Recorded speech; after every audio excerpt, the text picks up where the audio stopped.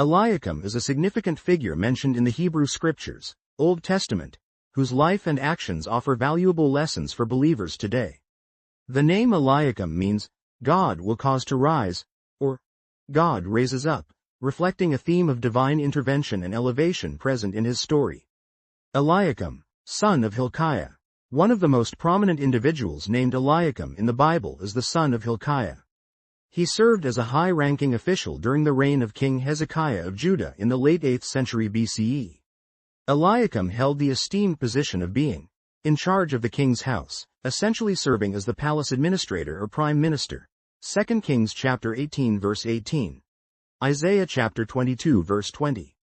Appointment over the household. Jehovah, through the prophet Isaiah, declared that Eliakim would replace Shebna, who had been unfaithful in his duties and had sought personal glory. Isaiah chapter 22 verses 15 to 19. Jehovah said of Eliakim, I will clothe him with your robe, and I will firmly bind your sash around him, and I will hand your authority over to him. And he will become a father to the inhabitants of Jerusalem and to the house of Judah. Isaiah chapter 22 verse 21. This passage highlights Eliakim's appointment as a faithful steward who would care for the people like a father. Jehovah entrusted him with significant responsibility, symbolized by the robe and sash of office. Symbolism of the key of David. Further emphasizing his authority, Jehovah stated, I will put the key of the house of David on his shoulder. What he opens, no one will shut, and what he shuts, no one will open. Isaiah chapter 22 verse 22.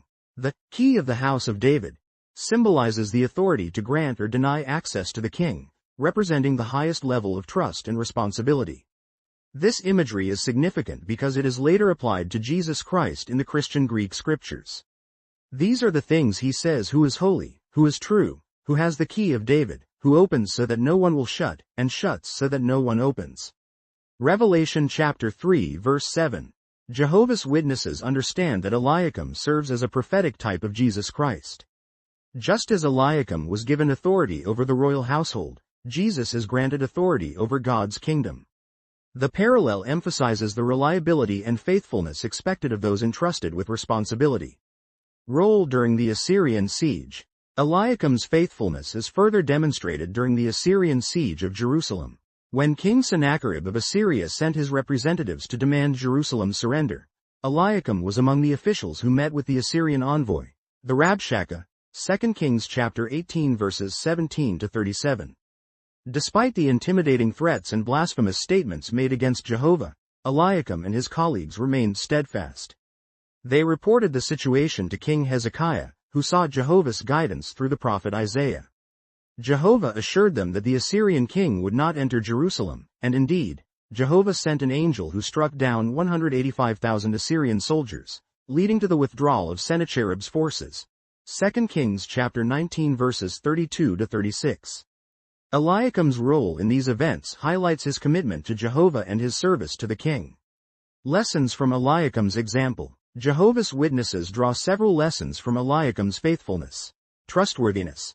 Eliakim proved himself reliable, leading to his appointment over the household. This teaches the importance of being trustworthy in all assignments, whether secular or spiritual. Humility. Unlike Shebna, who sought his own glory, Eliakim humbly accepted his role, focusing on serving Jehovah and the people. Humility is a valued quality that Jehovah blesses. Courage under pressure. Facing the Assyrian threats required courage and faith.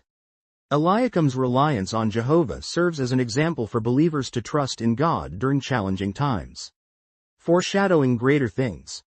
Eliakim's position and the symbolism of the key foreshadow the greater authority given to Jesus Christ. Understanding this connection deepens appreciation for the fulfillment of prophecy. Eliakim, Jehoiakim, son of Josiah. Another figure named Eliakim is the son of King Josiah of Judah. After Josiah's death, his son Jehoahaz became king but was deposed by Pharaoh Necho of Egypt after 3 months. Pharaoh Necho then installed Eliakim as king, changing his name to Jehoiakim, meaning, Jehovah raises up. 2 Kings chapter 23 verse 34. Reign of Jehoiakim. Jehoiakim's reign was marked by unfaithfulness and disregard for Jehovah's laws.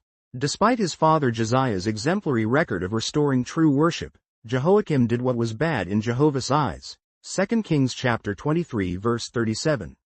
He oppressed the people, shedding innocent blood and practicing injustice. Jeremiah chapter 22 verse 17. Prophet Jeremiah repeatedly warned Jehoiakim of the consequences of his actions. In a notable incident, Jeremiah dictated Jehovah's messages to his secretary Baruch, who wrote them on a scroll and read them to the people. When the scroll was brought to Jehoiakim, he callously cut it apart and threw it into the fire, showing utter contempt for Jehovah's word.